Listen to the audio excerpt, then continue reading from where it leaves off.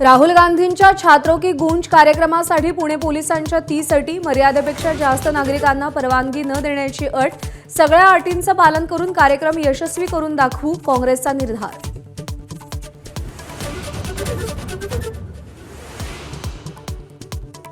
Mumbai MMR मध्ये रिक्षा टॅक्सीची भाडेवाढ होणार. रिक्षाचं किमान भाडं 1 रुपयानं तर टॅक्सीचं किमान भाडं 2 रुपयांनी वाढणार. 1 सप्टेंबरपासून भाडेवाढ लागू होण्याची शक्यता. ऐन सणासुदीत साखरेच्या दरात मोठी वाढ. कच्च्या साखरेच्या आयातीवरील शुल्क हटवलं तर साखरेच्या साठवणुकीवरही मर्यादा. काही जिल्ह्यात साखर 80 रुपयांवर. मुंबईतल्या कुर्ल्यामध्ये क्रेनचा मोठा अपघात. क्रेनद्वारे JCB मशीन उचलताना मशीन कोसळली. 8 ते 10 जण जखमी झाल्याची माहिती.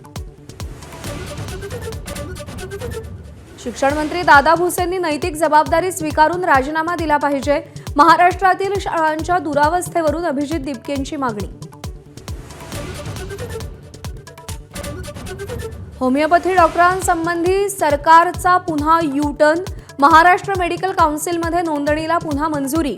18 तारखेला होमिओपॅथींच्या नोंदणीला स्थगिती दिली होती.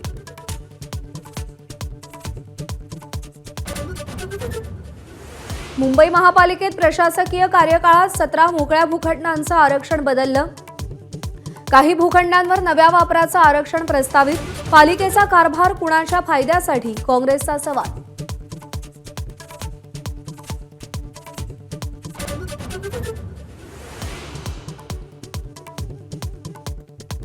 विरोधकांना लक्ष करणाऱ्या भाजपची नागपूर महापालिकेत मोठी चूक. नागपूर महानगरपालिकेच्या महासभेत 2 कडव्यांचंच वंदे मातरम गायलं. सरकारनं आदेश देऊनही प्रशासकीय अधिकाऱ्यांचा हलगर्जीपणा. आज शक्तीपीठ महामार्गाविरोधात सांगली जिल्हाधिकारी कार्यालयावर विरोधकांचा भव्य मोर्चा.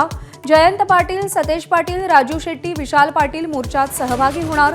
मोठ्या संख्येनं शेतकरी येणार. ABP माझा, उघडा डोळे बघा नीट.